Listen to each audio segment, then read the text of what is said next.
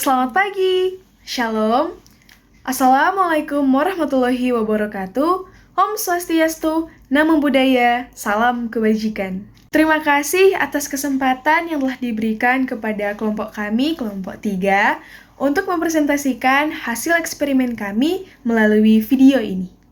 Kelompok kami melakukan eksperimen pada tanaman layu yang direndam di air murni. Dari eksperimen tersebut, kita akan melihat peristiwa apakah yang akan terjadi pada tanaman tersebut. Apakah tanaman tersebut mengalami proses difusi atau osmosis? Simak video berikut ini. Kelompok kami akan melakukan percobaan pada dua tanaman, yaitu seledri dan kangkung.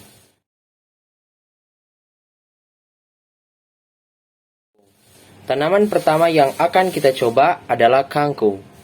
Tapi sebelum eksperimennya dimulai, kami akan menjelaskan terlebih dahulu apa itu osmosis. Jadi teman-teman, osmosis itu merupakan proses bergeraknya molekul pelarut yaitu air dari larutan yang konsentrasinya rendah atau hipotonik ke larutan yang konsentrasinya lebih tinggi atau hipertonik. Mari kita lanjutkan untuk eksperimen kangkungnya.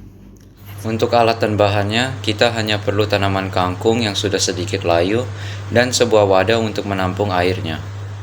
Setelah itu, letakkan kangkung yang sudah layu ke dalam air murni dan kita tunggu sampai kangkung tersebut segar kembali.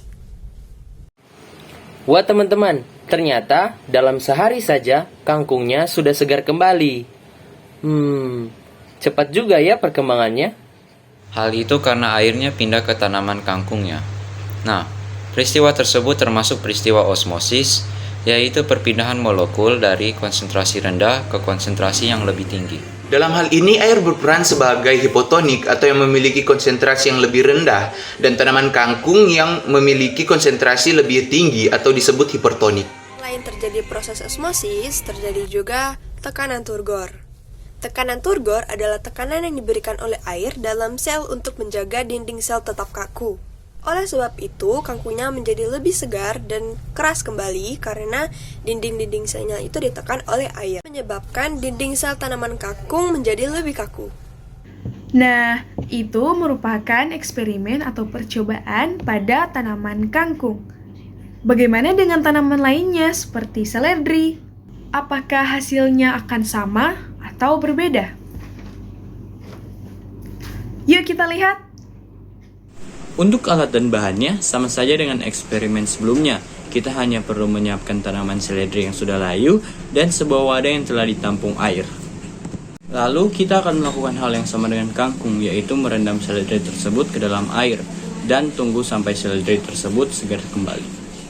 Dalam waktu yang sehari, tanaman seledri tersebut sudah segar kembali. Mungkin kalau dilihat dari gambar, airnya tidak mengalami perubahan, tetapi setelah dilihat lagi, airnya berkurang walaupun hanya sedikit. Ternyata tidak ada bedanya dengan kangkung ya teman-teman, sama-sama mengalami peristiwa osmosis dan tekanan turgor. Oh iya teman-teman, tanaman kangkung dan seledrinya harus yang berakar ya. Hal ini untuk membantu proses osmosisnya. Kesimpulan yang dapat kita ambil adalah peristiwa yang terjadi dalam eksperimen-eksperimen yang tadi merupakan salah satu contoh proses osmosis, di mana molekul yang terdapat dalam air atau pelarut yang konsentrasinya lebih rendah dipindahkan ke tanaman kangkung atau seledri yang konsentrasinya lebih tinggi. Selain mengalami proses osmosis, terdapat juga tekanan turgor, yaitu tekanan yang diberikan oleh air di dalam sel untuk menjaga dinding sel tetap kaku. Wah, ternyata eksperimen osmosis ini sangat menarik dan tentunya seru ya teman-teman. Semoga video ini dapat bermanfaat bagi teman-teman sekalian. Sekian dari kami, kelompok 3, kami mengucapkan terima kasih.